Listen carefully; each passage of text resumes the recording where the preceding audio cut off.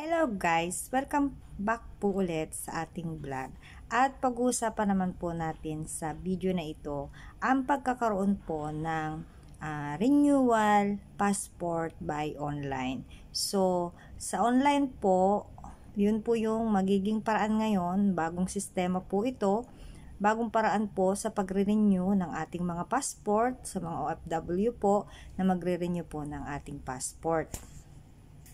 So, sa sistema pong ito, sa online po tayo mag-fill up at magre-renew. Doon na rin po tayo magbabayad at i-deliver na lang po yun sa ating mga tahanan. So, kapag po tayo ay babalik ulit sa abroad, kailangan po natin ng 6-month validity para po tayo ay makapasok sa ating bansang pupuntahan, kasi kapag po ang ating passport ay wala ng 6-month validity, hindi na po tayo tatanggapin sa immigration at lalong hindi na po tayo bibigyan ng OEC. So, yan, pakinggan po natin yung pahayag para po magkaroon tayo ng kaalaman sa online appointment.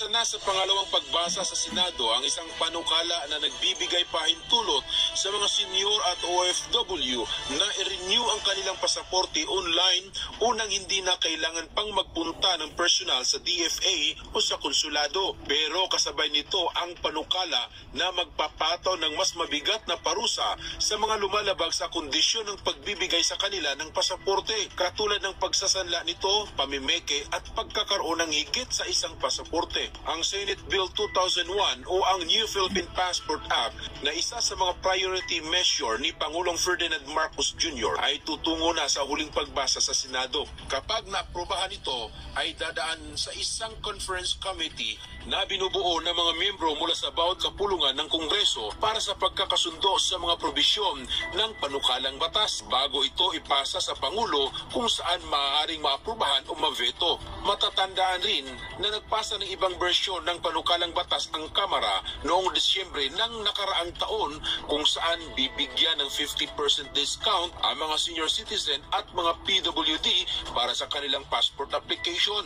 Samantala, sa bersyon naman ng Senado na pinangunahan ni Senator Amy Marcos, ang mga Pilipinong nawala ng pasaporte ay maaaring humiling ng mga emergency na pasaporte na may visa ng 1 taon. Kung nawala sa ibang bansa, maaaring humingi ng emergency travel document ang may hawak ng passport para makabalik siya sa Pilipinas. Nilalayon din ng panukala na mag-set up ng watch list para sa mga Pilipino na pinagkaita ng pasaporte o kinansila ang kanilang mga passport.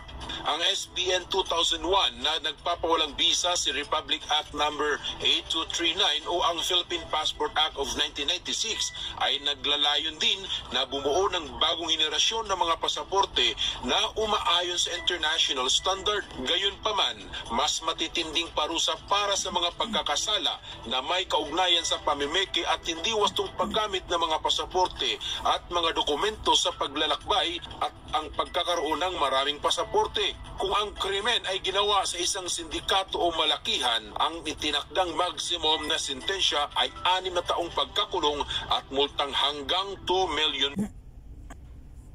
So, ayan nga guys, yung impormasyon para po sa ating pagkakaroon ng online passport renewal. So, sana po ay makatulong sa inyo ang video na ito at marami pong salamat sa inyo pong panonood.